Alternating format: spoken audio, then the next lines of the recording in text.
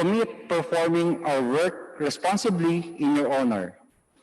Provide us with fresh supply of strength to do our job. Enlighten our hearts and mind so that our work brings faith, joy, and smile to all that we come in contact with. Bless our meetings and all the people gathered here today. May we be enlightened by your holy presence, and that through your guidance we will attain our objectives, all for our glory. All this we pray in the most holy name of Jesus Christ. Amen. Please remain standing for the singing of the national anthem.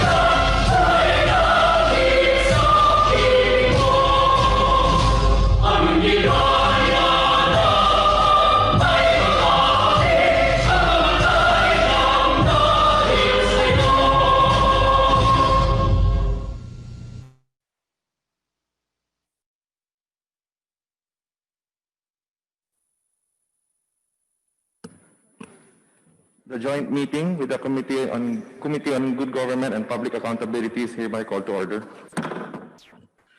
The joint meeting with the Committee on Legislative Franchises is hereby called to order.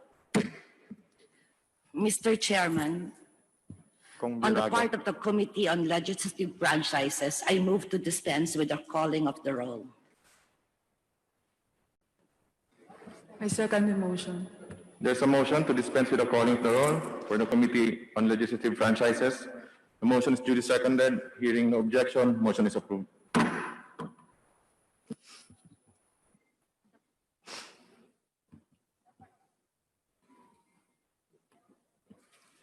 On the part of Committee on Good Government and Accountability, I move that we dispense with the calling of the roll. Second motion. There's a motion to dispense with the calling of the roll for the Committee on Good Government. The motion is duly seconded. Hearing no objection, the motion is approved. Mr. Chairman, on the part of the Committee on the Franchises, I move to dispense with the reading of the minutes and approve the minutes of the March 10 committee meeting. Second the motion. There is a motion to dispense with the reading of the minutes of the March 10 CLF meeting and approve the same. The motion is duly seconded. Is there any objections? Hearing none, motion is approved. On the part of the Committee on Good Government and Public Accountability, I move to dispense with the reading of the minutes of the previous meeting. Second motion. There's a motion to dispense with the reading of minutes. There's no objection. Hearing none, the motion is approved.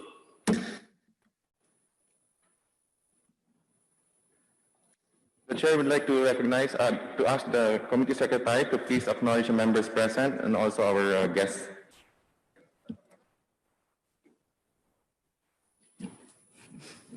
Good afternoon. For our members present here in the plenary, we have Speaker Alan Peter Cayetano, we have Majority Leader Ferdinand Martin Romualdez, the Chairman of both committees, Franz Alvarez and Jose Antonio Puejan C. Alvarado. We have Representative Divina Graciu, Jesus Crispin Remulla, Representative Micaela Bilago, Representative Roberto Puno, Representative Elpidio Bersago Jr., Representative Michael Defensor, Representative Bienvenido Abante, Representative Rodante El Rey Villaferte, Representative Rodante Marcoleta, Representative David Suarez, Representative Juan Miguel Arroyo, Representative Arlene Brosas, Representative Bambo Tolentino, Representative Raneo Abu, Representative Dan Fernandez, Representative Eric Goyap, Representative Lani Cayetano, Representative Wes Gatchalian. In the Zoom,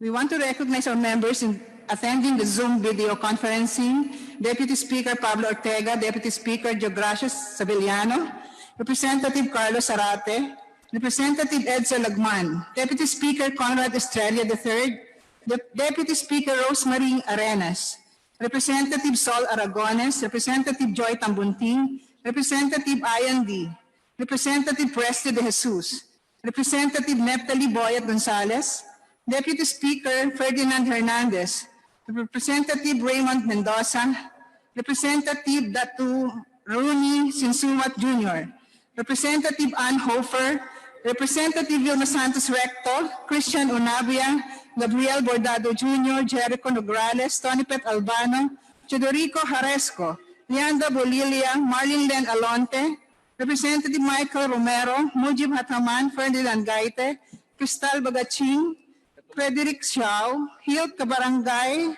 Acosta, Rolando Valeriano, Stephen Paduano, Rufus Rodriguez, Sharon Garin, Estela Kimbo, Christopher Jones, Rogelio Pacquiao, Manuel Cabochan III, Godefredo Guya, Jose Ping Tijada, Ace Barbers, Alfredo Garbin Jr., Yeda Romualdez, Tyron Agabas, Dale Along Malapitan, Edward Maceda, and Representative Onyx Crisologo.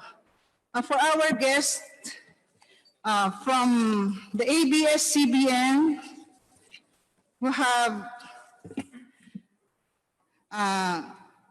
Mr. Carlo Katigbak, Mr. Martin Lopez, Mr. Mario Nepomuceno, Ricardo Vitan, Raymond Miranda, and Ms. Cory Bidanes. For NTC, we have Deputy Commissioner Edgardo Cabarrios. For MBC-DZRH, we have Mr. Angelo Palmones. For NABU, we have Mr. Alberto Laboon. And for Centro, we have Mr. Benjamin Albero III. That's all, Mr. Chair. We want to recognize Congressman Strike Revillas too. Most of the members of our committee are joining us via Zoom video conferencing. Likewise, some of our colleagues, members of media and interested parties for or against the application are joining this also via Zoom video conferencing. On the part of the Blue Ribbon Committee of the House of Representatives, I hereby acknowledge the members present. Is also being streamed live on Facebook pages of our Speaker and the House of Representatives. Mr. Co-Chair, napansin ko lang po, the Solgen being absent in this hearing should be enjoined to attend future hearings and explain his side. Why should he not be held in contempt, Mr. Co-Chair? That is correct, Mr. Co-Chair. The Chair is now directing both committee secretaries to private corporations to conduct business using source persons at expert witnesses upang magbigay linaw sa mga issues na ating pinag-uusapan. At dahil na din sa malawakang interes ng ating mga kababayan sa isyong ito, kinakailangan mailabas ang lahat ng impormasyon. The whole country will be watching, and if this committee does not do a good job, it is not only the network, but the entire Congress who will be judged. With this, I would like to ask every member of this committee, and even all those who will speak before it, to be guided by the principles of fairness, justice, honesty, and respect. Maraming salamat po.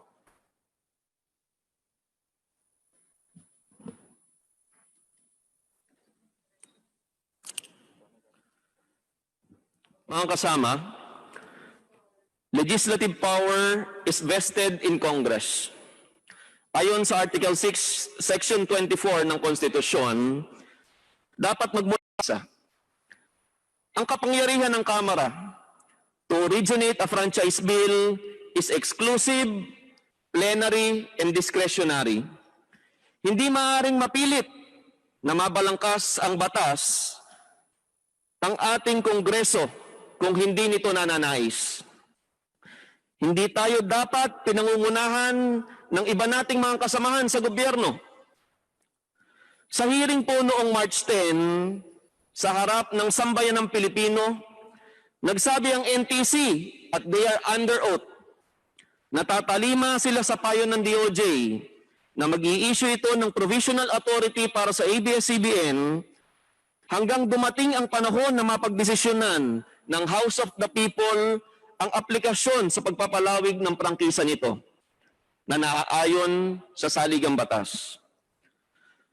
Subalit sa hindi inaasahang pagkakataon, nag-issue ang NTC batay umano sa payo ng Solgen ng cease and desist order laban sa ABS-CBN upang patigilin ang operasyon ng kanilang himpilan. Ikinagulat ito ng lahat. Ayon sa NTC, sa kanilang tugon sa liham kay Speaker Cayetano at Chairman Alvarez, noong Mayo 14, iginagalang daw nila ang House of the People kung kaya't dinirektahan nila ang Kongreso na magpasa o magpasa na lang ng batas para sa renewal ng ABS-CBN. Ladies and gentlemen, ayon sa House Resolution ng ating kasamang si Kong Mike Defensor, such act of NTC due to the influence of Solicitor General is a total disregard to the lawful order and authority of the House of Representatives. Sa nasabing resolusyon ni Congressman Michael Defensor, pinaimbestigahan din niya ang NTC at Solgen sa posibleng criminal cases of perjury, violation of anti-graft and corrupt practices, and violation of Code of Conduct of Public Officials. Ang Committee on Legislative Franchises ang siyang nagain ng show cause order sa NTC para maipaliwanag nila kung bakit hindi sila dapat kasuhan ng contempt. Aalamin natin sa pagdinig na ito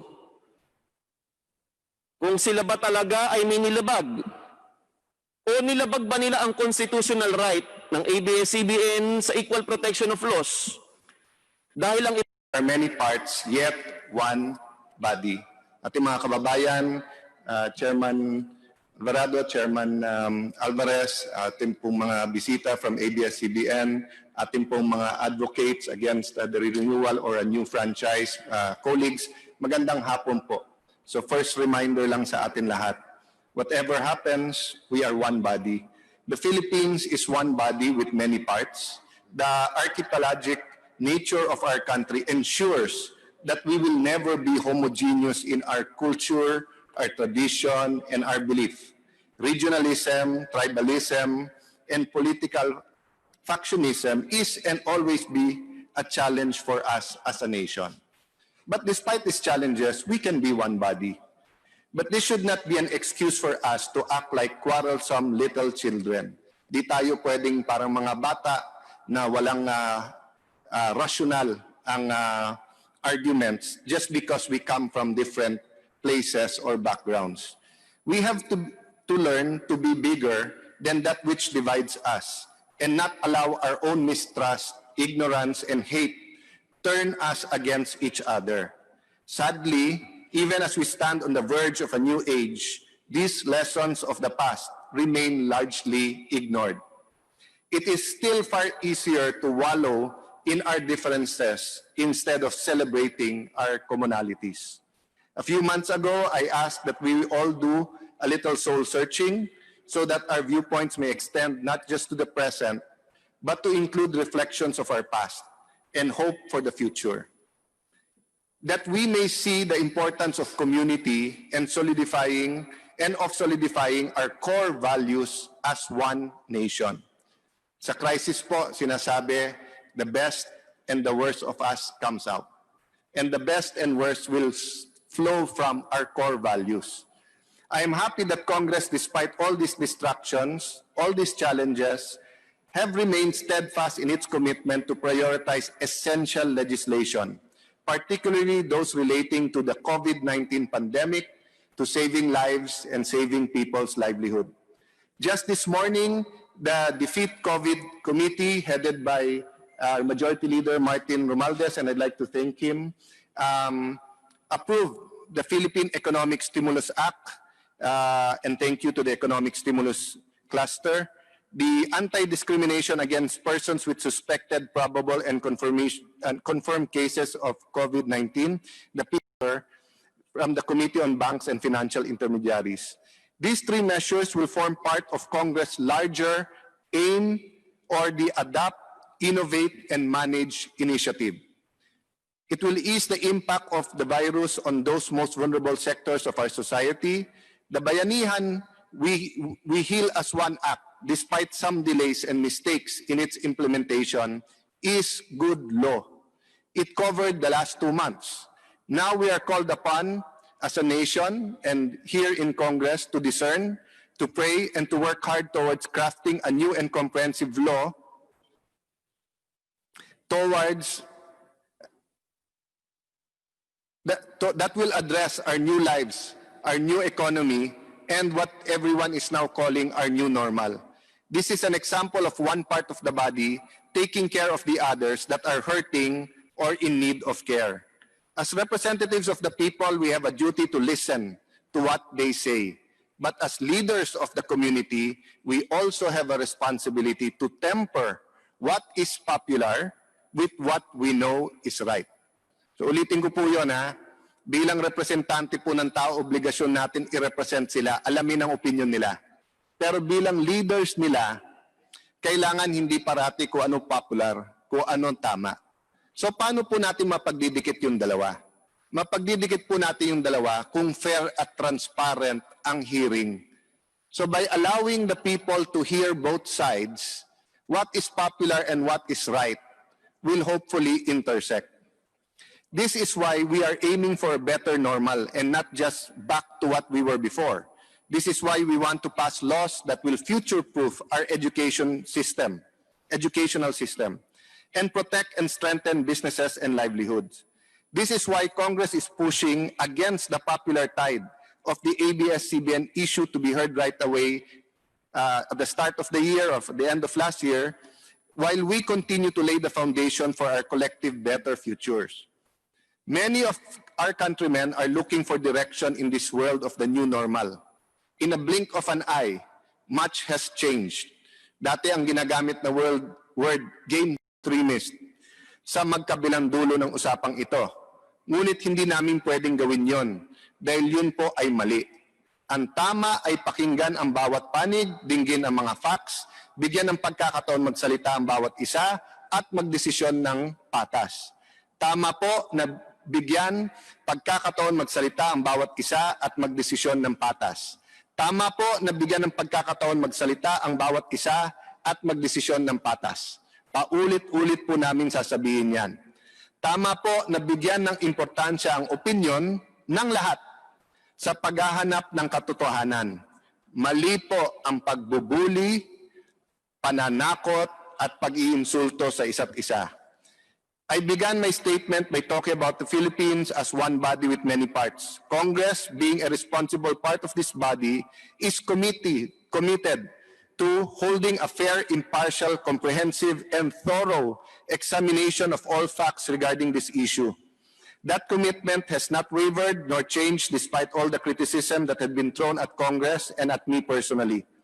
And I have full confidence in the leadership of Chairman Alvarez and of Chairman Alvarado and of the rest of Congress. It is not a secret that I would have preferred another time to do this. But here we are, and it is time to do what is right. It is right to put an end to this issue, but it is wrong to use the issue to create more divisiveness. After all, the vitriol and the hate we have seen from this one issue, is it good that franchises are given every 25 years? Yes. We cannot survive this kind of partisanship if we have to do this every year. But let me echo Luke 6, verses 27 to 28 and say, love your enemies, do good to those who hate you, bless those who curse you, pray for those who mistreat you. Huwag po nating hayaan ang galit at puot ang mangibabaw sa usapan ito. Hindi po yan ang ugaling Pilipino. Hindi po yan ang tamang gawain ng mabuting mamayan. Magdebate po tayo, ipaglaban natin ang ating prinsipyo at paninindigan, pero magmahalan din po tayo bilang Pilipino. This hearing is not just about the network and its franchise. It is also about Congress and how we conduct it ourselves. And it will, and this I will promise, we will listen to the facts as they are presented and weigh the opinions as they are given. But we will not be bullied, we will not be threatened, we will not be ignored nor manipulated by anyone from doing our duty, from doing what is right. I therefore enjoin all advocates from both sides, those pushing for the 25-year franchise, and those who are against, whether you are here present today, you are in the Zoom meetings, or you have not attended this hearing, pumunta po kayo dito sa hearings, sabihin yung inyong opinion, present nyo po ang facts. And I also enjoin leaders as one body to decide not just for this generation, for our generation, but let us decide for the next generation of Filipinos. Let us hear all sides with an open mind. Gawin natin ang alam natin na tama. History will look back at the 18th Congress and say, they stood for what is right. Thank you, Chairman, and our full support sa inyong paghihiring sa mga susunod na linggo. Thank you, Mr. Speaker. Now let us recognize the Honorable Majority Leader Ferdinand Martin Romualdez for his address. Honorable Speaker Alan Peter Compañero S. Cayetano, Legislative Franchises Committee Chairperson Franz Chicoy E. Alvarez, and Good Government and Public Accountability Committee Chairperson Kuya Jose Antonio R.C. Alvarado, esteemed members of the committee, honorable members of this august chamber, guests, ladies and gentlemen, a pleasant afternoon to everyone. First of all, please allow me to welcome you to your House of Representatives and thank you for your precious time in attending this joint meeting of the Committee of Legislative Franchises and the Committee on Good Government and Accountability. Our objective in the conduct of the deliberation is twofold. The first is to determine whether ABS-CBN Broadcasting Corporation merits the congressional grant of the special privilege to operate a nationwide radio and television broadcasting franchise. And second, to ferret out the truth on certain alleged anomalies and violations committed by ABS-CBN. Our honorable speaker has reiterated during our previous plenary sessions and in his opening statement that the conduct of the hearings on the issues hurled against the ABS-CBN franchise will be fair, impartial, and thorough. Rest assured that as your majority floor leader, I fully subscribe to this guiding dictum. However, please allow me to supplement an overarching precept. The primary duty of the members of the House of Representatives is to legislate. Our own House rules specifically provides that members shall, among others, prepare, introduce, and work on the passage of legislative measures to effectively address social, political, and economic needs and concerns. I would like to underscore that during the course of the deliberations and inquiries in aid of legislation before this honorable joint committee, we will not be distracted and we will not lose track on shepherding priority legislations that will answer and cater to the needs of the welfare of the people, especially in these challenging times and during this pandemic. We must work doubly hard not only to arrive at the decision on whether to grant the franchise application of ABS-CBN, but perhaps even more importantly, to craft and put into fruition the passage of the priority measures relative to the fight against the pandemic and the eventual defeat of COVID-19. In fact, this morning, before attending this joint meeting, I presided over 3 committee hearings, deliberating on proposed measures that will ensure our victory over the COVID-19 crisis. And to it, my first formal meeting was at 9:30 a.m., where the social amelioration cluster of the Defeat COVID-19 Ad Hoc Committee tackled the measure of establishing the COVID-19 Employment and Reduction Economic Stimulus, or otherwise known as the CURES Bill, that Deputy Speaker L.A. Villafuerte so effectively guided this morning. And this is for the institution of the mechanism for the implementation thereof. My second meeting was at 10:30 a.m., where the Defeat COVID-19 Ad Hoc Mother Committee adopted the recommendations and approved priority measures of the Financial Institution Strategic Transfer, or the FIST Bill, the Philippine Economic Stimulus Act, the PESA Bill, and the Anti-Discrimination Against Persons with Suspected, Probable, and Confirmed Cases of COVID.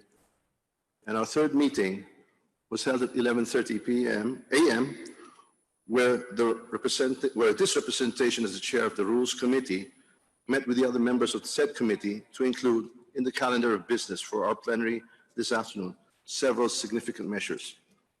Thus, it is only on this premise and context that I support the continuous hearings of the Committee on Legislative Franchises on the franchise application of ABS-CBN. In fact, this afternoon, I will move in the plenary session prior to its adjournment sine die to authorize not only this committee, but all the committees to conduct its hearings and deliberations on noteworthy and meaningful proposed legislations, even while on recess. Thank you, and I wish you all a pleasant and a productive day ahead. Thank you, Majority Leader Martin Romualdez. Before we move on to the rules of procedure, the chair would like to recognize other members present via Zoom. Congressman Nieto, Congresswoman Rosas, she's also present here. Congresswoman Villar, Congresswoman Sheena Tan, Congressman Eduardo Gullias, Congressman Datol, Congresswoman Abreg Saldivar, Deputy Speaker Don Gonzales, Congressman Ino D, Congressman Benitez, Congressman Balindong, Deputy Speaker Mikey Romero, Congressman Eric Martinez, Congresswoman Castelo, Congressman Ferrer, Congresswoman Colliantes, Congressman Enrico Pineda, Congresswoman Bautista, Congressman Vargas, Congresswoman Angelina Tan, Congresswoman Fariñas, and Congresswoman Kimbo. Likewise, we also have via Zoom NTC Commissioner Cordoba. May we now request our esteemed member, Alfredo Garbin Jr. of Ako Bicol Party List to explain the rules of procedure to be observed in our hearings. Magandang hapon po sa inyong lahat. Let me lay out to you the rules of procedure to be observed by the Joint Committee. Speaker Alan Peter Cayetano promised the Joint Committees shall hold a fair, impartial, and comprehensive hearings and will allow a thorough presentation and representation of the evidence with regard to the franchise application of ABS-CBN. The Joint Committees will do just that.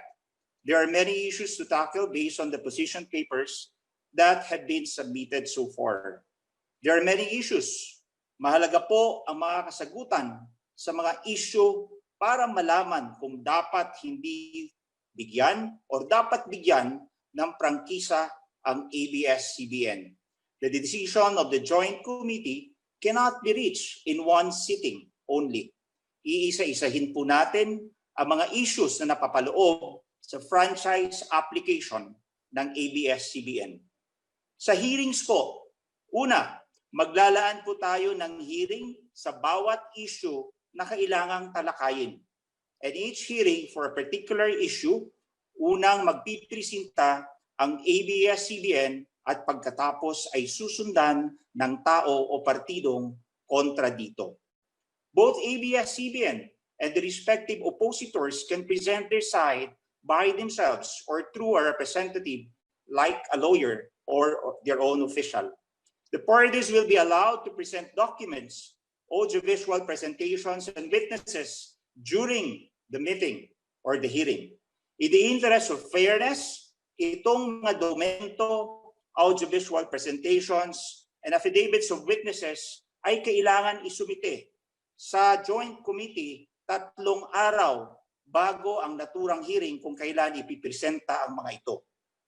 Ang Joint Committees ay magbibigay ng kopya ng dokumento, audiovisual presentations, and affidavits sa mga miyembro nila at iba pang interesado or interested parties. The affidavits will be read and documents and ABPs will be shown during the hearing. The affidavits of witnesses shall serve as their testimony. The members of the joint committees can question or examine all witnesses and presenters of documents and audiovisual presentations to determine authenticity and the truth of the matters alleged therein.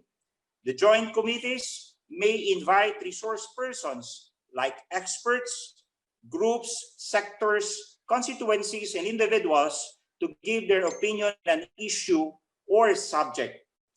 Bibigyan po ng prior notice sa mga resource person para makapaghanda sila ng kailangan dokumento at pag-aralan ang mga isyong dapat nilang talakayin.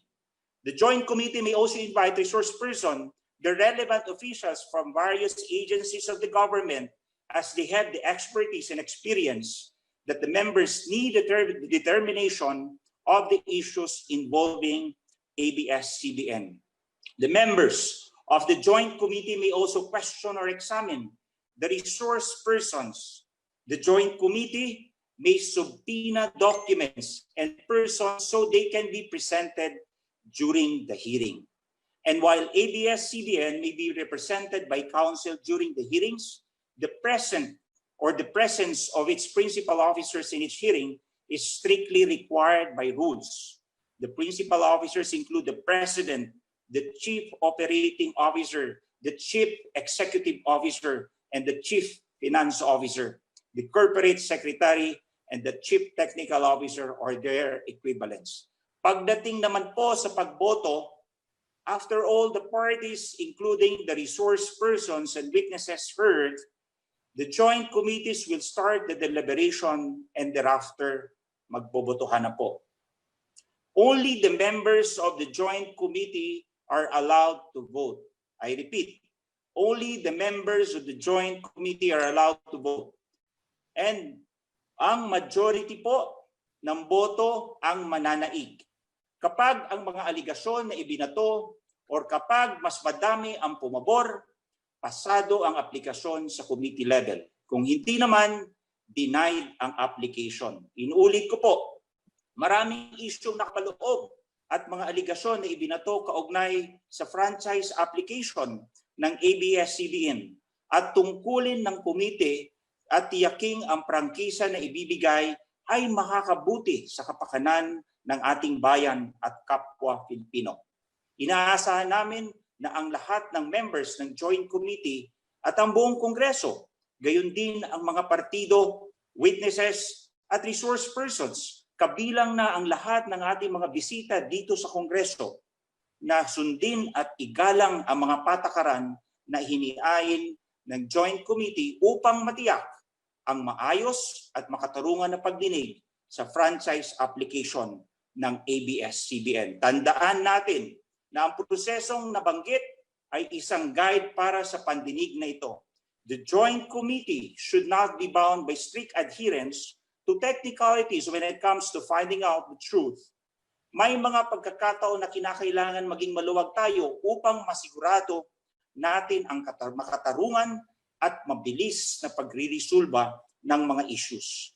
Kasama ng sambayanang Pilipino, isa lamang naman po ang gusto ng ating mga pandinig ng aplikasyon ng ABS-CBN na maging impartial at objective, na maging patas upang makuha natin ang katotohanan sa mga paratang na ibinatos laban sa ABS-CBN at maging gabay sa bawat mababatas sa pagboto kung dapat ba o hindi dapat bigyan ng prangkisa ang ABS-CBN. Maraming salamat po.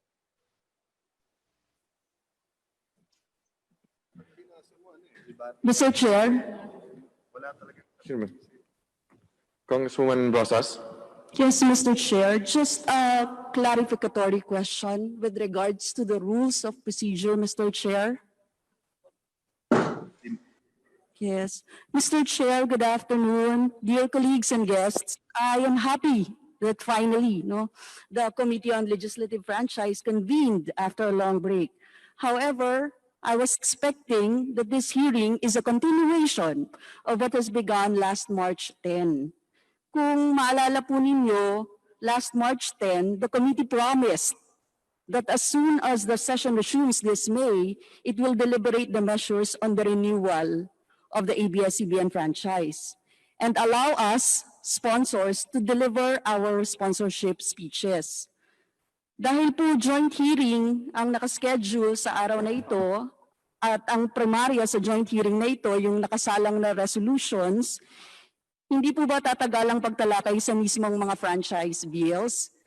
Mr. Chair, I would like to know, o gusto ko lang pong malaman at maitala sa record kung kailan yung petsa ng actual deliberation ng aming mga panukala, Mr. Chair. Congresswoman Rosas, start na po natin ngayon. But just like what I explained when tumawag po ako sa lahat po ng authors para pakiusapan po, na kung maaari po, dahil meron pa po tayong session mamaya, marami rin pong importante pa po na itatalakay, na lahat po ng sponsorship ng lahat ng authors ay sama-sama na po sa ating next hearing para po tuloy-tuloy po tayo. Para hindi naman po may mauna lang, tapos yung iba sa sunod. So ito isang hearing lang po na tuloy-tuloy po ang lahat ng authors po. Maraming salamat, Mr. Chair. Pwede na po bang malaman kung kailan yon, Mr. Chair? Pwede po bang maitakda ngayon, Kung Mr. hayaan na po Chair? natin na Congresswoman Rosas na matapos na itong ating lahat ng nasa agenda, by the end of this hearing, malalaman na po natin. I would like to suggest, Mr. Chair, as early as possible. Ano po, kung po pwede, dahil meron lang tayong isang hearing on Friday, kung pwede po sanang ganon or sa immediate. Maraming salamat po. Suggestion lang po yun. Thank you very much, Duly Mr. noted Chair. po, Congresswoman Point Rosas. of order, Mr. Thank Chair. you. Quick point of order, Mr. Chair. I'd Congressman just like Defensor. to clarify, Mr. Chair, that the previous hearing that started in March 10 does not relate whatsoever to the current hearing, Mr. Chair, because doon po sa mga nangyaring naging problema doon sa prangkisa. So gusto ko lang ho, Mr. Chair, ilagay yun sa record kasi baka ho ang ilagay parang continuation to nung dating hearing. Hindi po.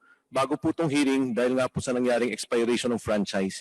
And I agree with the wisdom of the chair kung paano pong ayusin yung mga prangkisa na for renewal at kung ito po'y bagong renewal at ito iniwan ko sa desisyon ng ating komite. Thank you, Mr. Chair. Thank you, Congressman Defensor. There are 12 bills pertaining to the franchise application of ABS-CBN, which were referred to the Committee on Legislative Franchises. 11 of those bills are for renewal, namely House Bill 676 by Congresswoman Violago, House Bill 3521 by Deputy Speaker Arenas, 3713 by Congresswoman Tambunting, 3947 by Congresswoman Aragones, 4305 by Deputy Speaker Santos Recto, 5608 by Deputy Speakers Gonzales, Pimentel, and Congressman Lechon, 5705 by Congressman Rodriguez, 5763 by Congresswoman Ramirez Sato, 6052 by the Makabayan Bloc, 6138 by Congressman Go, and 6293 by Deputy Speaker Legarda. One bill is for a new grant, House Bill 6654 by Congressman Rufus Rodriguez. So lahat po ng ating mga 12 bills na for renewal ay Congressman Tonitino. Point of clarification, Mr. Chairman. We are talking of a new franchise here. So are we going to consider all those filed bills wherein the title are all renewal? So renewal is different from new bills. So the process should be bills in index, then first reading, referral. So are we going to consider all those bills filed with title of renewals? But of course, there's one bill filed by Congressman Rufus for a new franchise. All the 12 bills, all the 11 bills for franchise renewal will be amended and consolidated to the bill of Congressman Rufus Rodriguez for a new grant. So i-amend po natin and consolidate na lang po para ma-simplify na po lahat. And then we also have 3 resolutions at hand. House Resolution 639 by Representative Lagman and a number of members regarding the immediate processing of the House bills filed. House Resolution 846 by Congressman Mike Defensor for an inquiry on the perjury by NTC and Solgen and on their possible violation on anti-graft laws. And then House Resolution 853 by Deputy Speaker Duterte, Congressman Tolentino, and Yap. House Resolutions 846 and 853 are jointly referred to the Committees on Legislative Franchises and Good Government. We also included the show cause order issued to NTC's officials requiring them to explain why they should not be cited for contempt. Their response, which has been received by this committee, forms part of this hearing. We will have the sponsorship of the said measures under consideration at the next hearing.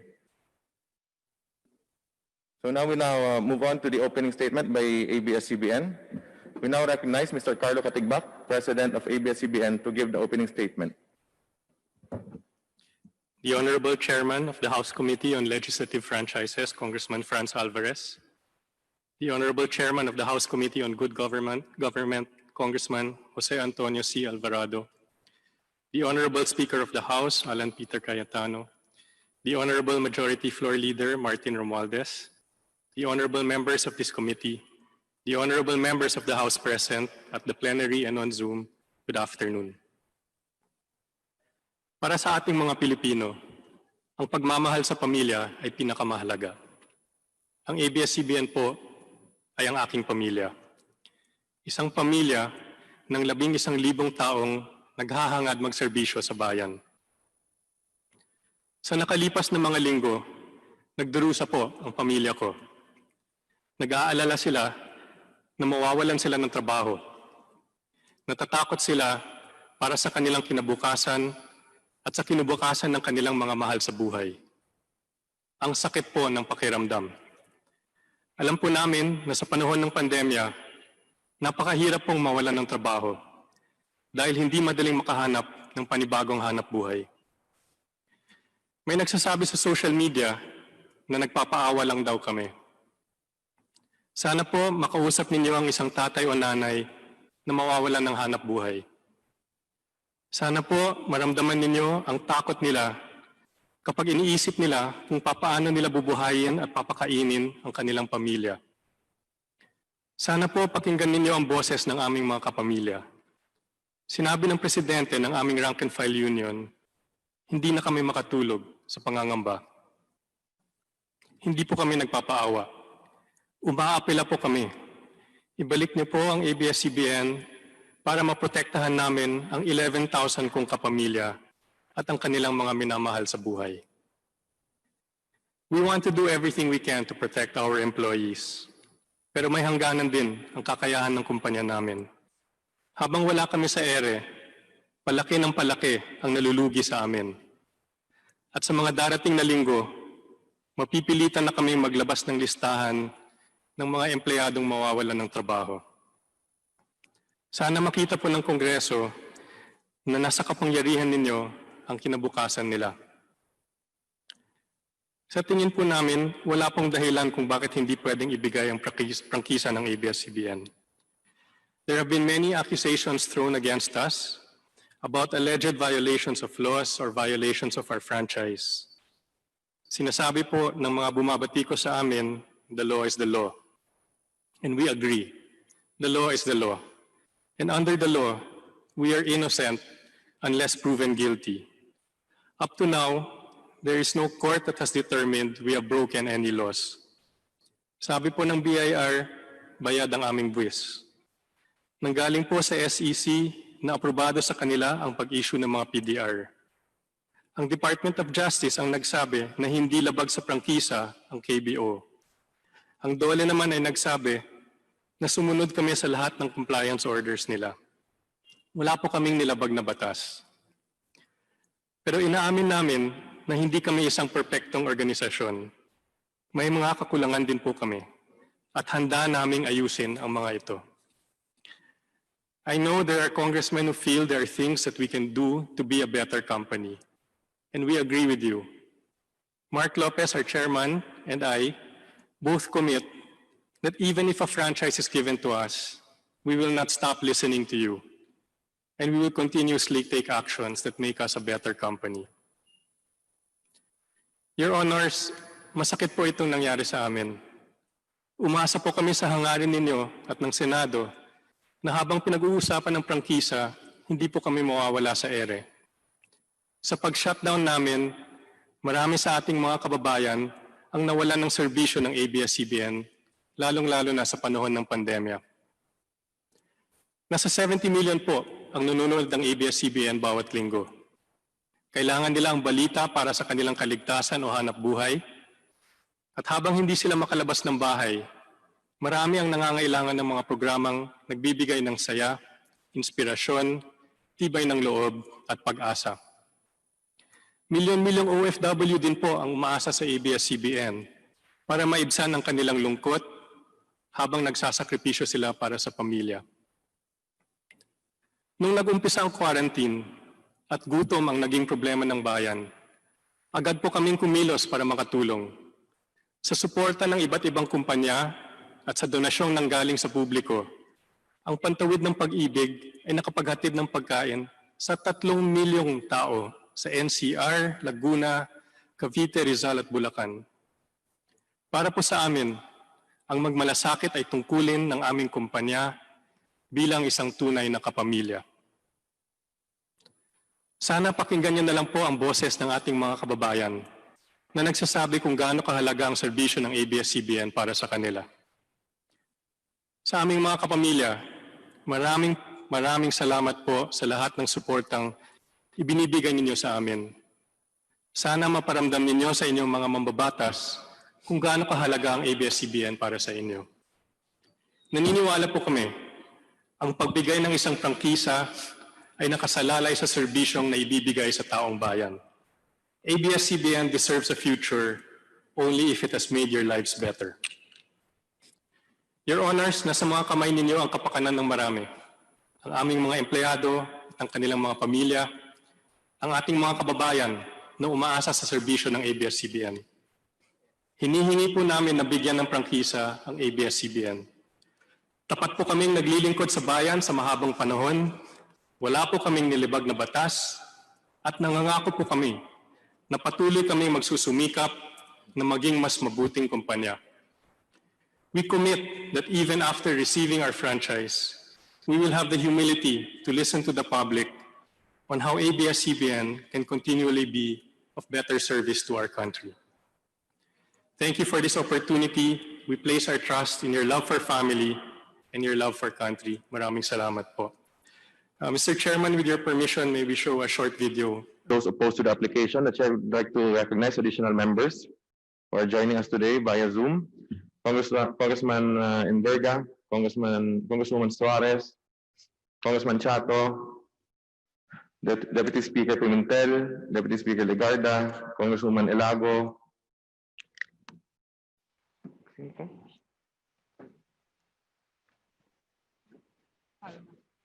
Congressman Palma, Congressman Pablo John Garcia, Congressman Kabatbat, Congressman Lara, Congresswoman Bernadette Herrera D, Congressman Jaresco, Colliantes, Goriseta, Aglipay, and Abel Llanosa.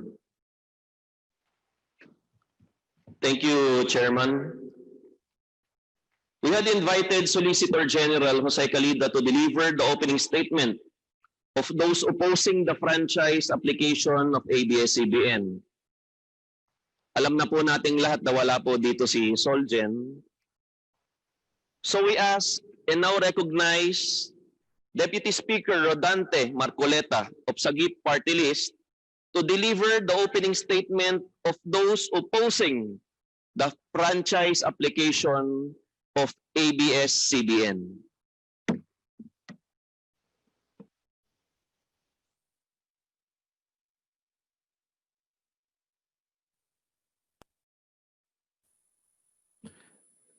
Deputy Speaker, you are now recognized.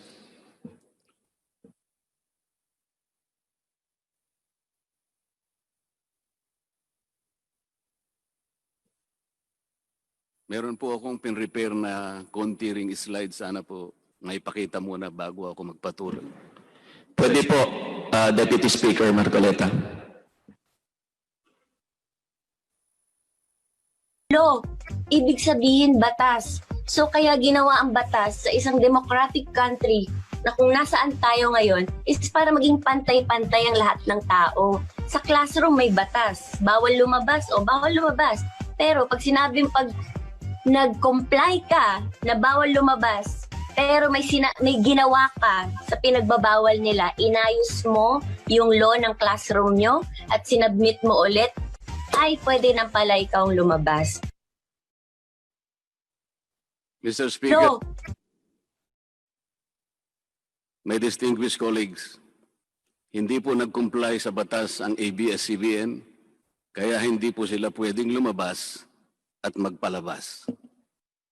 Those opposing the franchise application of ABS-CBN will show with clear and convincing evidence that ABS-CBN did not comply with the terms and conditions of its franchise, as well as our laws and the Constitution.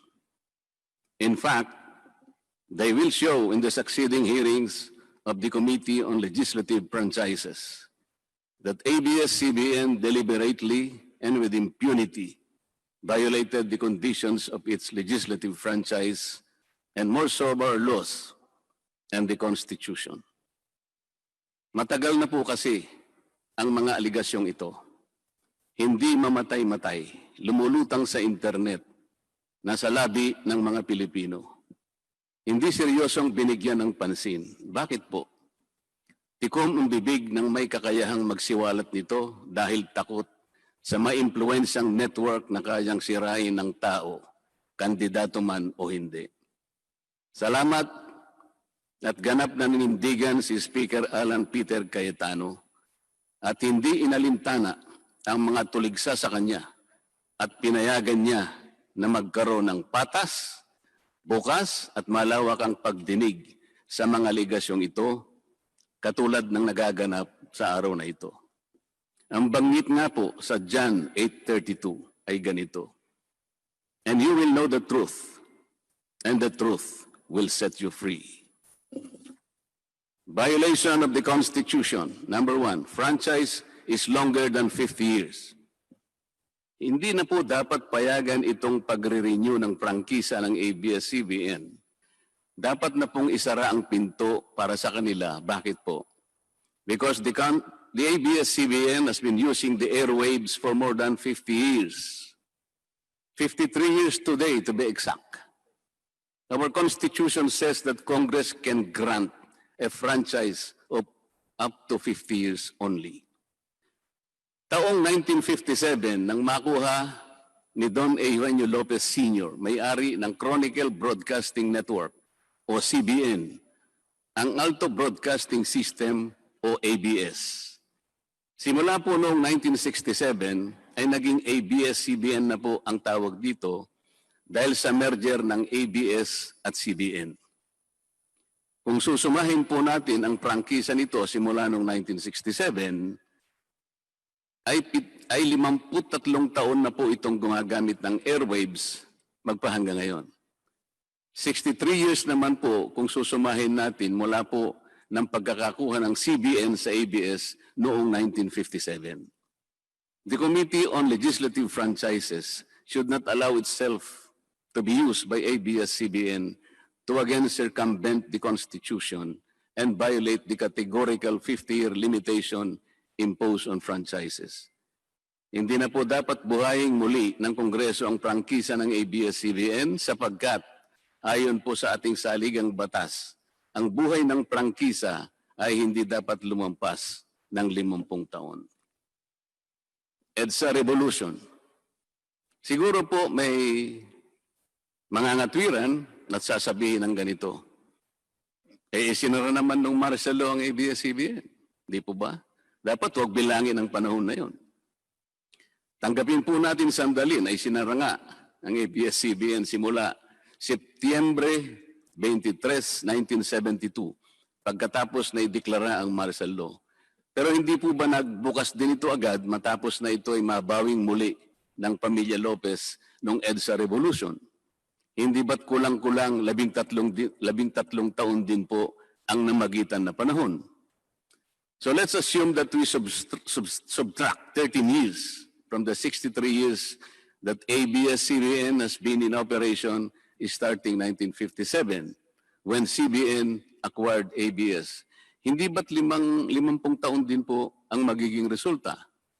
Ibig pong sabihin, tapos na at paso na pa rin ang prangkisa ng ABS-CBN with or without martial law. Hindi ba't sobra-sobra pa rin ito at lalabag pa rin sa ating saligang batas?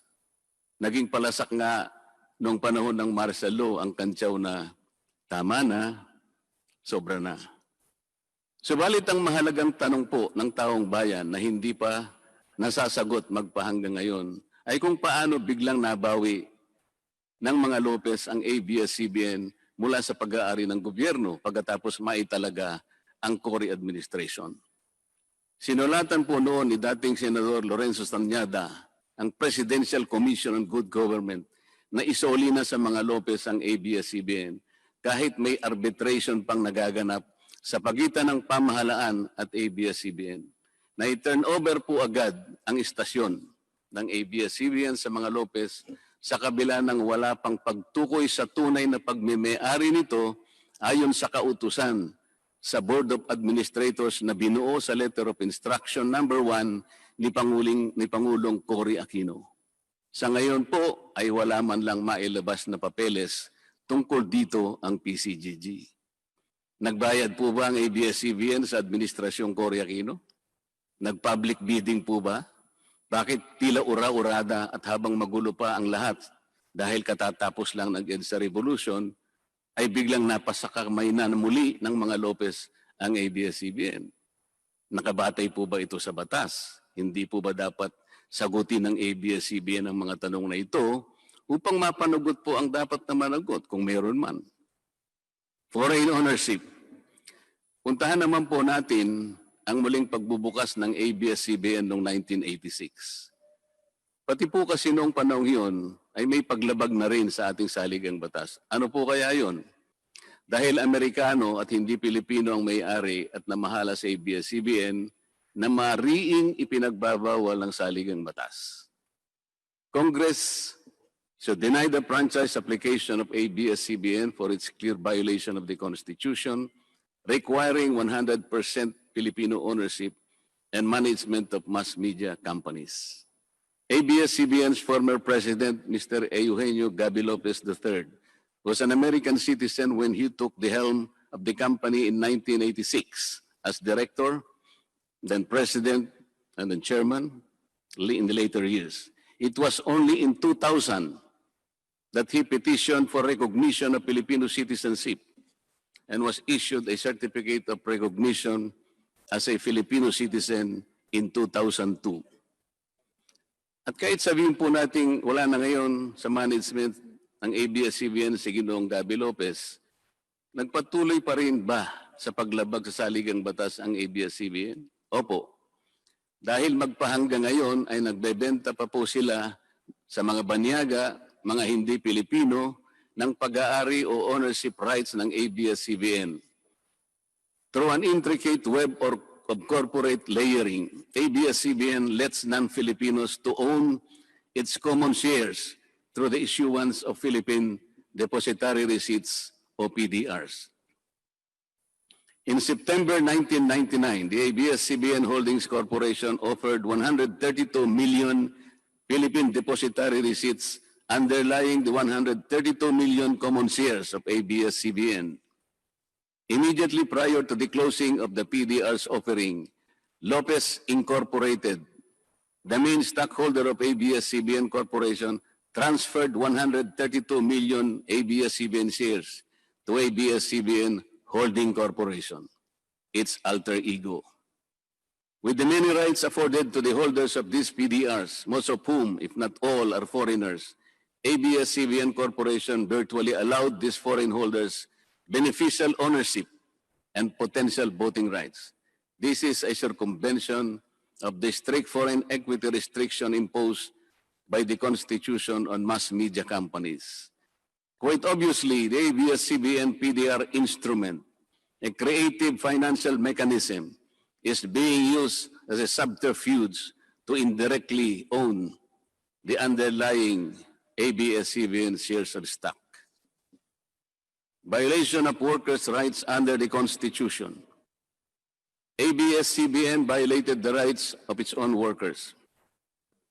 It denied them their just share in production as required by the Constitution. It committed unfair labor practices, which consequently denied its employees the benefits required by law to be provided to all employees. Isang halimbawa po dito ay ang asunto na isinampa ng halos 100 o mahigit sa 100 manggagawa ng ABS-CBN sa National Labor Relations Commission o NLRC dahil sa pagtanggal sa kanila dahil sila raw ay mga talents lamang at hindi mga regular na empleyado. Nanalo po ang mga manggagawa sa NLRC at maging sa Court of Appeals.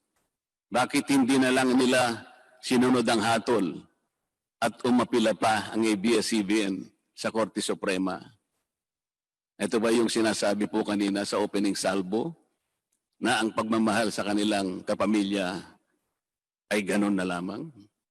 Mali naman po yata na sabihin ng ABS-CBN na lampas sa 11,000 ang mga empleyado nito dahil kung ito po ay masusi nating iimbestigahan, may 2,661 at isa lamang. 2,661 ang mga regular na empleyado nito. Ang karamihan po o mahigit na 8,500 na kawani ng ABS-CBN ay tinagurian nilang independent contractors or talents, project workers at contractuals lamang kahit na pang-regular na empleyo ang trabaho nila.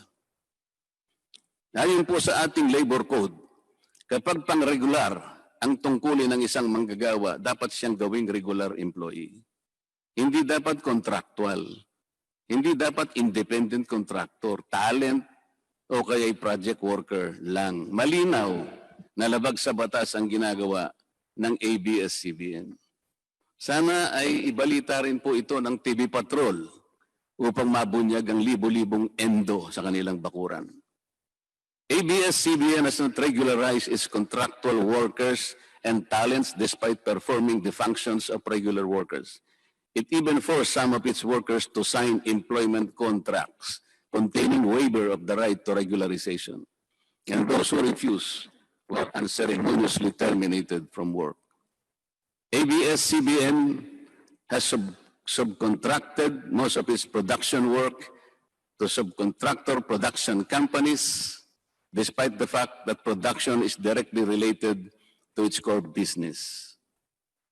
These production entities are paid minimally, whose workers obviously get lesser benefits and take-home pay compared to ABS-CBN's regular employees. And yet, the profit generated by ABS-CBN from its independent production companies appear greater than its expenses, especially those expenses that are even deductible for income tax purposes. Kung kaya't hindi po may kakaila sa publiko na napakarami ng labor cases na hinarap at haharapin pa ng ABS-CBN. Ang masaklap pa po dito ni hindi nagbibigay ng contribution ang ABS-CBN para sa benepisyo ng kanilang mga empleyado. Dahil po sa 2,661 lang ang regular employees nito, ang mga ito lang ang may benepisyo. Ang iba po na mahigit 8,500 na nagtatrabaho sa ABS-CBN ay wala po ni katiting na government-mandated benefits na natatanggap katulad ng SSS, PhilHealth o kaya Pag-ibig. Kanina po sa opening salvo, narinig po natin na ang kanila pong isinasangkalan ay yung kanila pong mga kawani, mga manggagawa. Ang Kongreso pong ito ay nakikidalamhati. Nalulungkot din po. Bakit naman po hindi? Kung pwede po nating ipaghalimbawa, sandali lamang po, ang ABS-CBN sa isang jeepney driver. Alam po niya na wala siyang prangkisa. Nagsakay po siya ng napakaraming pasahero. Yung mga pasahero naman po, bago sumakay doon, hindi naman niya tatanungin sa driver, Mamang driver, mamang chopper, kayo po ba ay may prangkisa? Yung rota po ba ninyo, pinapayagan yan? Wala pong nagtatanong na gano'n kasi mabilisan eh. Pare-pareho pong nagmamadali. Ano pong masita siya ng LTFRB? Gagamitin po ba nung driver na yon o nung taxi driver na yon o yung bus operator na yon Kawawa naman po yung pasahero namin kung patitigilin mo ngayon. Meron pong pupunta sa ospital, meron pong pupunta sa trabaho, meron pong pupunta sa eskwela. Napakarami pong gawain itong mga taong ito. Ito po ba ang ibibigay po ninyong halimbawa? Hindi po ba dapat kayo muna ang kauna-unahan na nag-isip ng kapakanan nila? Ilagay ninyo sa magandang kalagayan ang pagpapatupad ng prangkisa ninyo at wala pong malalagay sa alanganin. Huwag po ninyong isasangkalan ngayon ang inyong mga manggagawa at kani-kanilang pamilya. Hindi po ganun. Sasagutin po ninyong aligasyon na ito, hindi po sa pamamagitan ng emotional appeal. If this indeed the true house of the people, the Committee on Legislative Franchises must side with the poor workers of ABS-CBN in denying its franchise, justice to them will be finally served, although ironically, this will also entail some sacrifice on their part.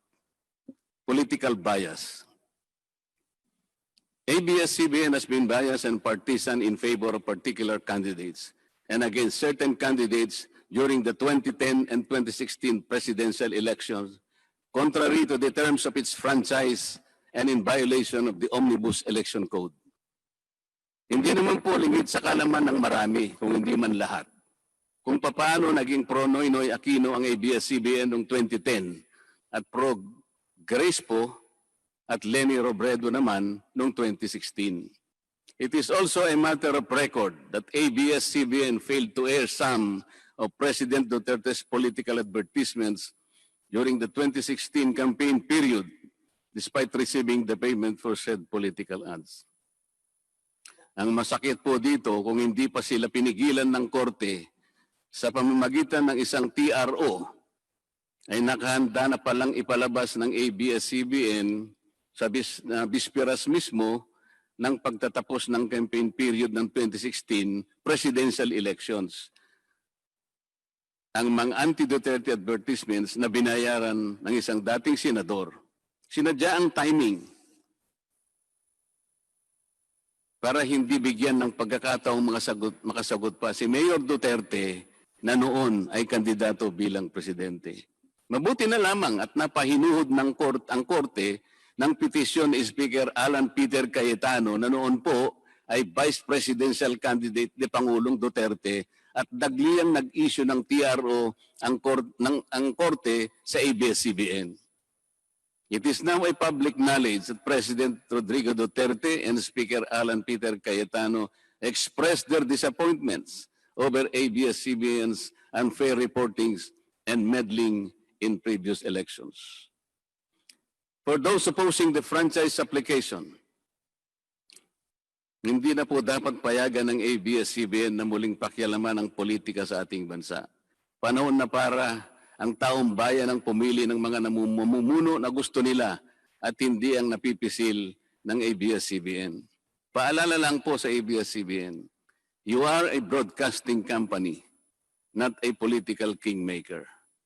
Either you play ball or you play fair. Multiple channels in one franchise. Mga kababayan, inabuso po ng ABS-CBN ang kanilang prangkisa. Sa hindi nila may paliwanag na dahilan o maaari namang sinadya na gamitin ang kanyang prangkisa para sa isang channel lamang, pero gumamit pa ng ibang prangkisa ng telekomunikasyon na hindi naman pang broadcast upang mas kumita at makapagbenta sa pamamagitan ng maraming channels. ABS-CBN violated the terms and conditions of its franchise by offering its TV Plus boxes for a one-time fee but using the free-to-air signal authorized in the franchise granted by Congress at no cost to ABS-CBN. Tubong lugaw, ika nga.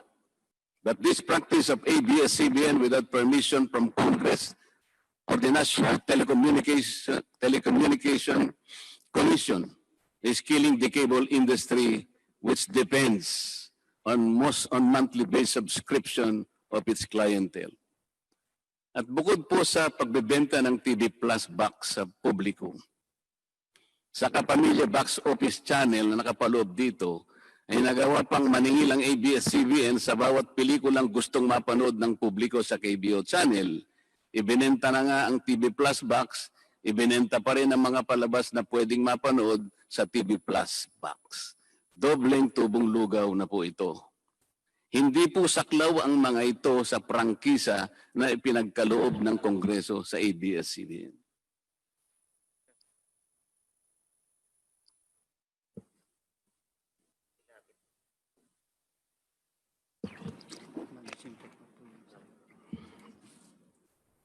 ABS-CBN, contrary to the terms and conditions of its franchise, operated this pay-per-view channel, otherwise known as the Kapamilya Tax Office or KBO, without a valid permit from the NTC. And despite NTC's order to refrain from operating a PPV until the issuance of an appropriate guideline for the same, ABS-CBN continued its operation until the expiration of its franchise on May 4, 2020. Tax evasion. ABS-CBN also violated the terms and conditions of its franchise by engaging in tax avoidance schemes, which deprived the government of the much-needed revenue. It used its wholly owned subsidiary, Big Dipper Digital Content and Design, Inc., a PESA-registered company, as tax shield. Its main customer is ABS-CBN Hungary. And because of this unconscionable tax avoidance scheme, ABS-CBN alleged effective tax rate in 2018 was at negative 5%. This means that ABS-CBN managed to avoid paying taxes in 2018. Bakit po ang GMA7 na hindi naman kasing laki o kasing yaman ng ABS-CBN ay nakapagbayad ng buwis sa pamahalaan ng 1.6 billion pesos noong 2018? Samantalang ang malaalamat na ABS-CBN ay walang binayarang buwis. Bakit naman nakalibre ang ABS-CBN noong 2018 sa negative income tax nila na 84 million? Ibig sabihin po nito ay may tax credit pa ang ABS-CBN at ang gobyerno pa ang lumalabas na may utang dito. Wala pong pagkakaiba ito, mga kababayan. Sa isang taong nangutang sa tindahan, binigyan pa ito ng sukli. In 2019, ABS-CBN again did not pay its rightful taxes.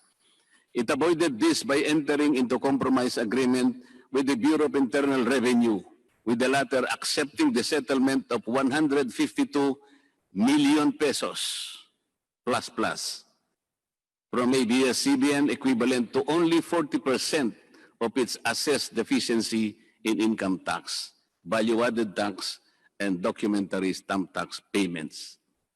But this is only one among the 4 other cases lodged by the BIR at the Court of Tax Appeals, all of which were also settled by compromise. Bakit po ganun?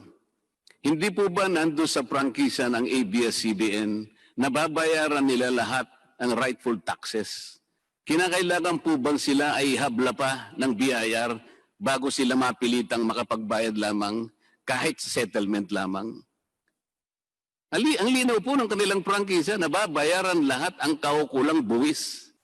Bakit kailangan pong sila ihabla at idemanda pa ng BIR para lamang sila ay makapagbayad?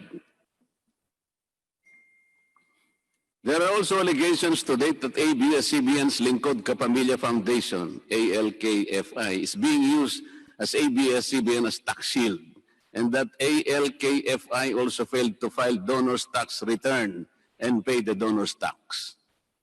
Ito po ang mas nakalulungkot dito, mga kababayan. Kapag politiko o government official ang nagkawang gawa, EPAL ang tawag dito ng ABS-CBN. Kahit mula pa sa sariling bulsa ng politiko ang pinanggalingan ito. Pero kapag ito ay galing sa Lingkod Kapamilya, puro pangalan ng ABS-CBN ang kanilang pinangangalandakan, katulad po ng nakita natin ngayon. Alam naman natin na galing naman sa lahat, sa mga donors ang pondo na ginamit nila. Meron po kayang nanggaling sa yaman ng ABS-CBN. Di baling ang pantulong ng ABS-CBN ay galing sa donasyon ng ibang tao. Di baling ang perang pantulong ay mula sa tax avoidance ng kumpanya. Ang mahalaga ay mapalabas nila sa pamamagitan ng sa mamamayan, katulad po ng nakita natin ngayon na napakabuti at napakabait ng ABS-CBN. Kami po ay naniniwala na unti-unti na pong nabubuksan ang katotohanan sa ating mga mamamayan. Hindi po ba mas maganda at katanggap-tanggap na tumulong sa kapwa ng walang nalalabag na batas at buong sikap pang nasusunod ang prangkisa? Dahil po ba kayo ay nakapagdudulot ng saya, ng aliw sa ating mga mamamayan? Dahil po ba kayo ay nakapagbibigay ng inspirasyon, ng pag-asa, ng katatagan ng loob na kagaya po sa opening salvo kanina ng representative ng ABS-CBN? Hindi na po ba natin susundin o tutuparin, isasaalang-alang ang ating mga batas, ang ating saligang batas, o kaya ang prangkisa ninyo? Makakapagpasaya naman po tayo. Makakapag-inspire po tayo na hindi po tayo lumalabag sa batas. The House of Representatives should endeavor not to grant the franchise application of ABS-CBN because it has deliberately floated the Constitution and other related laws. Even the terms and conditions of its previous franchise to suit its own business and political interest, but to the prejudice of the greater good. The grant of a legislative franchise is merely a privilege and not a matter of right. Congress has the exclusive constitutional authority to award, alter, or revoke this privilege when the common good so requires, as in this particular case of ABS-CBN.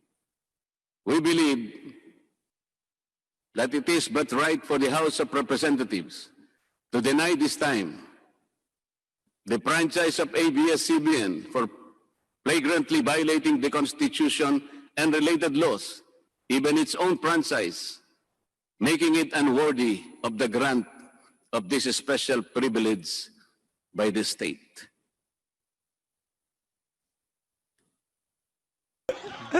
Iba ka, Kiboloy! Alam mo kung sino...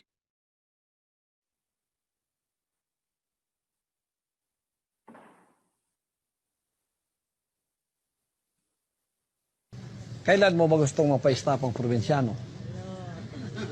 Ikaw, magpili ka. Kailan mo gustong i-stop? 1 buwan, 2 buwan, 3 buwan, 4 na buwan? Ikaw. Baka sa 4 na buwan, hindi lang yung probinsyano may stop. Baka pati yung network mo, stop na yan. Mr. Speaker, ABS-CBN posed the challenge. Obviously, the challenge was accepted. There is no reason to complain. Maraming salamat po. Maraming salamat, DS Marcoleta. We now recognize Speaker Cayetano for a manifestation. Mr. Chairman, I'd like to thank both sides for the opening statements.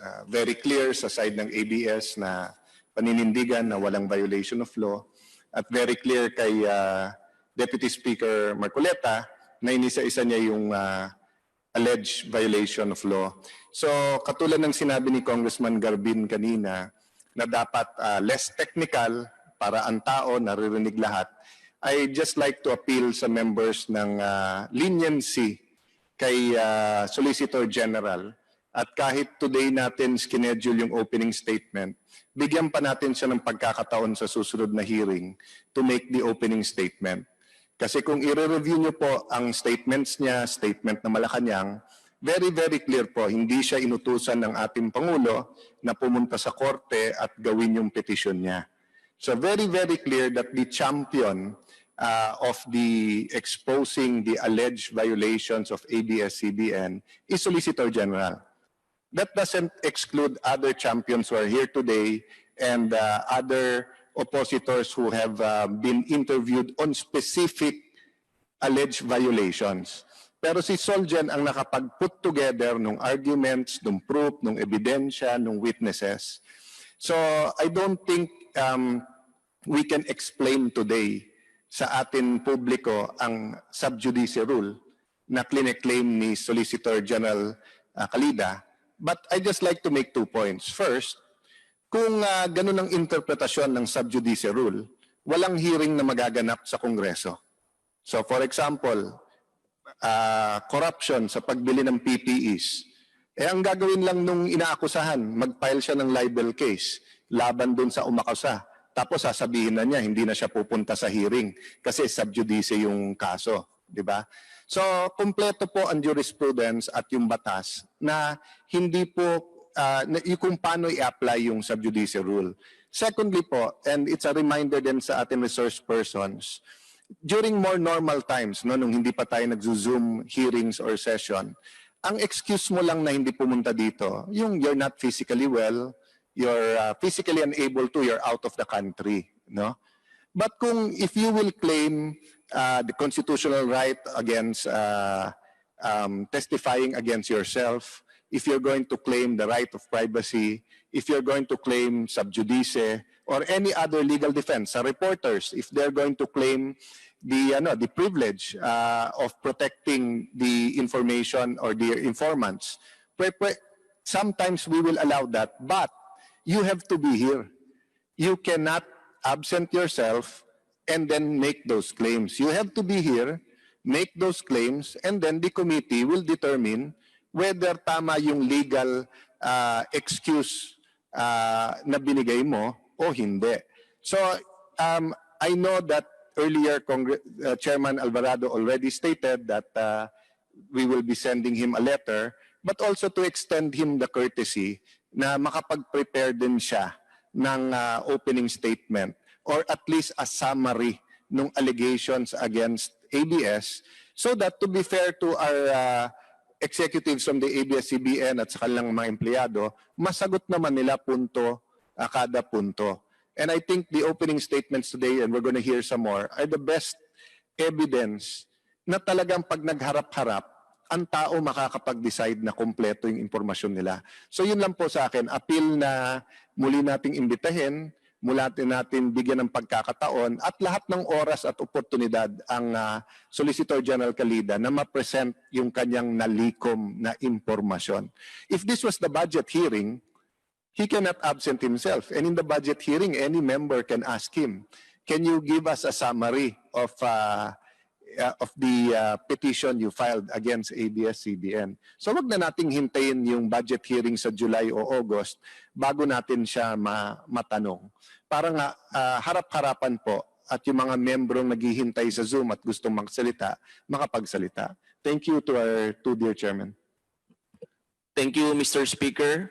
The Joint Committee Secretariats are directed to be more lenient to the Solicitor General and please ask him to be here on the next hearing.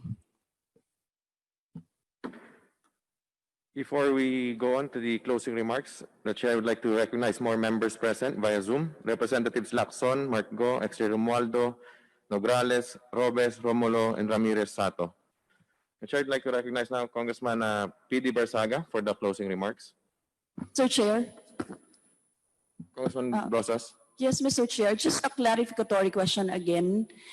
I heard kanina si Honorable Representative Garbin said sa rules of procedure pa rin po.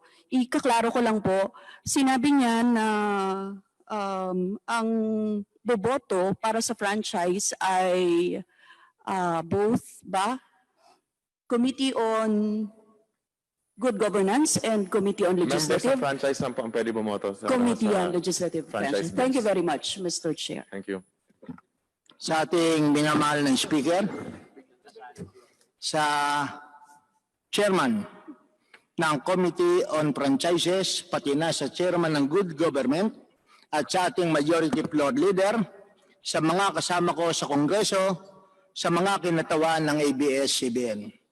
Narinig natin kanina ang pahayag ng mga kinatawan ng ABS-CBN sa pangunguna ni Ginoong Carlo Katigbak at kanyang sinabi, the law is the law. Ang batas ay batas, ngunit ang ABS-CBN ay walang paglabag sa batas na ginawa sa ilalim ng kanilang prangkisa. Narinig ko rin ang sinabi ng ating Deputy Speaker, Congressman Marcoleta, at sinasabi niya maraming violation ang ginawa ng ABS-CBN. Mayroong paglabag ang ABS-CBN sa ating saligang batas sa pagkuha nila ng ABS-CBN ng Lopez family pagkatapos ng EDSA Revolution. Sinabi rin ni Deputy Speaker Marcoleta na ang prangkisa ng ABS-CBN ay umabot na sa 63 taon in violation of the maximum requirement of 50 years sa ating saligang batas. At sinabi niya rin, mayroon ding paglabag ang ABS-CBN sa constitutional requirement na 100% Filipino ownership ang kinakailangan sa mass media sapagkat ang kanilang dating Pangulo, Eugenio Lopez, allegedly is an American citizen. At sinabi rin niya ang akusasyon na mayroong paglabag ang ABS-CBN sa pag-i-issue ng Philippine Depository receipts sapagkat ito ay pinagbibili sa foreigners which would be an indirect violation of the constitutional mandate that it should be owned only by citizens of the Philippines. Mayroon ding umanong paglabag sa ating labor code at paglabag sa pagbabayad ng buwis. Sa katunayan, nagkaroon siya ng comparison sa mga buwis na binabayad ng GMA7 at ABS-CBN. Dahilan sa mga conflicting issues na narinig ko mula sa ABS-CBN at kay Deputy Speaker Marcoleta, kinakailangan magkaroon tayo ng exhaustive hearing at nang sa ganon talagang makita natin kung ano ang katotohanan. Kaya minumungkahi ko sa ating mga chairpersons na mag-schedule tayo ng hearing at nabanggit naman ng ating majority floor leader that at the end of the session today, bibigyan niya ng karapatan ang mga committee na magkaroon ng session even during the time that we are in recess. Marami pong salamat.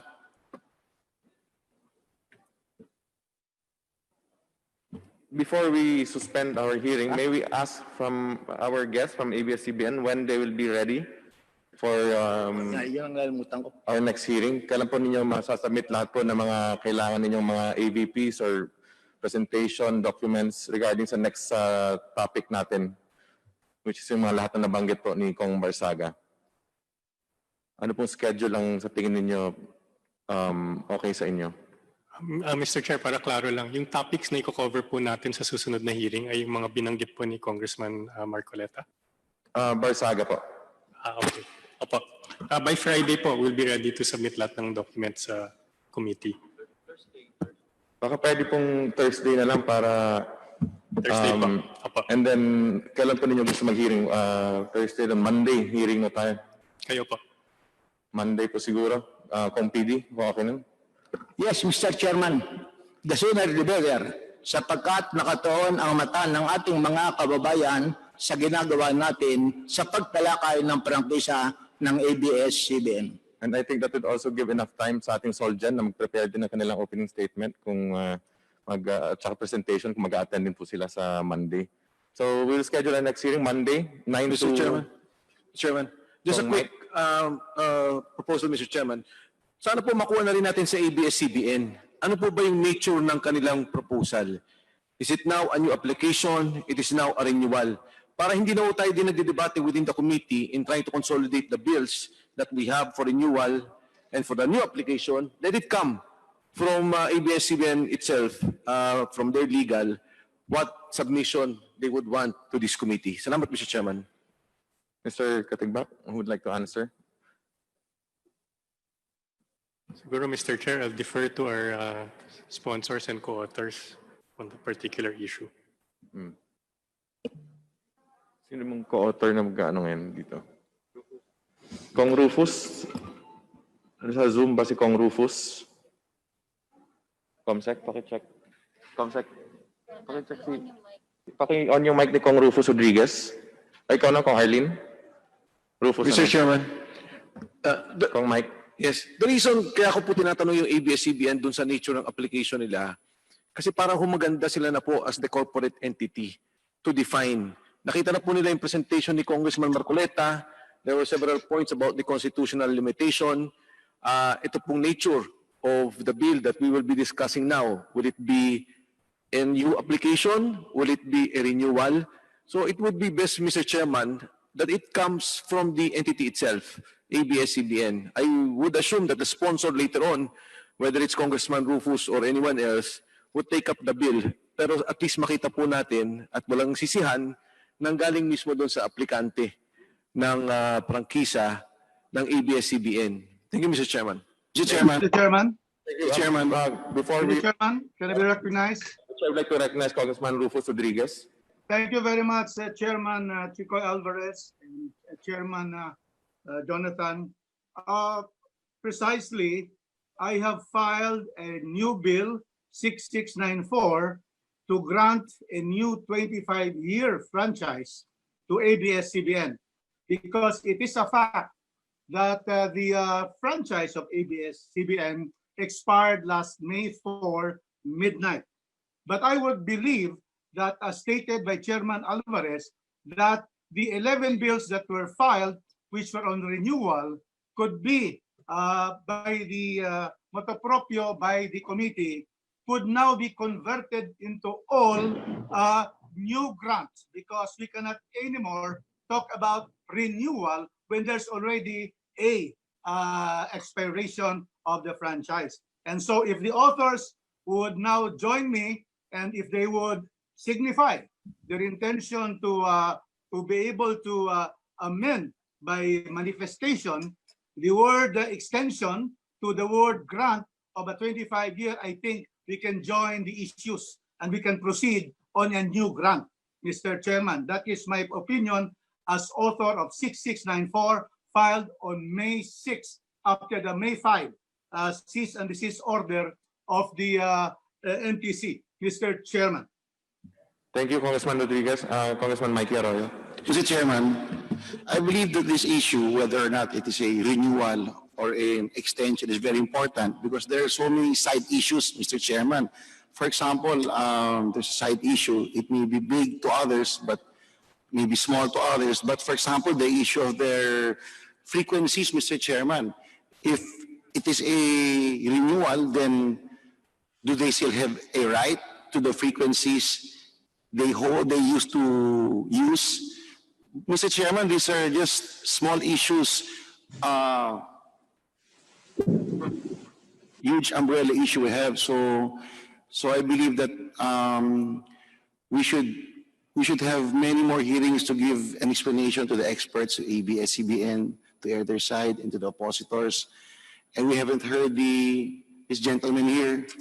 I don't even know who they are. So, anyway, Mr. Chairman, that's just one of the side issues that I will be asking in the future. So, just a manifestation, Mr. Chairman. Deputy Majority Boying. Mr. Chairman? Mr. Chairman, I would like to respond to the remark of the Honorable Rufus Rodriguez. The committee cannot amend a bill filed by a proponent at any time. It has to be the proponent himself filing an amendment to their bill filed. But since it has become moot and academic, I believe that it is just proper for them to refile a new bill for a new grant of franchise. I think that's the only way that we can really tackle it together with the other bills, because otherwise we might be violating our own rules, Mr. Chairman. Mr. Chair, actually, Majority Leader. Good alternative right now is to consider having the committee file a substitute bill to incorporate those previous renewals, and that can be adopted by the said Committee on Legislative Franchise. Yeah. The Chair is now directing the Committee Secretary to just file a substitute bill to consolidate all the franchise renewals. Congressman PD. Clarification, Mr. Chairman. If a new bill would be filed, then does it require that there must be the usual procedure, that there must be the first reading, then there must be the referral to the committee? And if this would be the procedure, then we cannot have the hearing next scheduled Monday. Baka ang isipin ng tao, pinagtatagal pa lamang natin to. Bakit hindi na natin i-consolidate na lamang ng committee at gawin na lamang renewal in order to obviate any technicality, considering not renewal but a new franchise, considering that right now there is nothing to be renewed in as much as the franchise has already expired. Renewal presupposes that the franchise is existing, and we cannot blame our colleagues when they file the bills asking for renewal because at that particular time, the franchise of ABS-CBN has not yet expired. So siguro pwede na sa committee level, you just consolidate and ask the authors if they are willing to amend and to make it application of a new franchise, not a renewal, in consonance with the bill filed by our colleague, Congressman Rufus Rodriguez. Thank you very much. Barsaga, that was exactly what I said at the beginning of the hearing, that i-consolidate natin lahat ng renewals nung tinanong po ni Congressman Bumble Tolentino. Thank you. So, Congressman Mikey Arroyo. Chairman, back to my issue, Mr. Chairman. So, do we leave it to the NTC to decide if these frequencies are up for bidding or up for grabs again now, or is it incumbent with the franchise committee to decide that fate? I think all those questions, Congressman Mikey, will be answered in the succeeding hearings. We will tackle issues, specific issues lang per hearing, and I think in one of our hearings, matatakal po natin yan. Mr. Chairman, I'm just saying this as a small side issue because I believe the issue that ABS-CBN is trying to say that it is important that we give livelihood to their workers and that they have they can give entertainment and provide news to our people. So I'm not trying to belabor my issue. I'm just saying it is a side issue, but I believe it is of equal importance, Mr. Chairman. Thank you, Congressman Arroyo. So, I will have Yes, Mr. Chair. Congressman Rosas. Nung sinamit po namin yung renewal franchise, we were banking on what you said nung last committee hearing na i-hear natin yung 12, how many franchises, no? Renewal franchises yon. So, our position is, gusto sana namin yung renewal, yung na franchise, yung pag-usapan, Mr. Chair.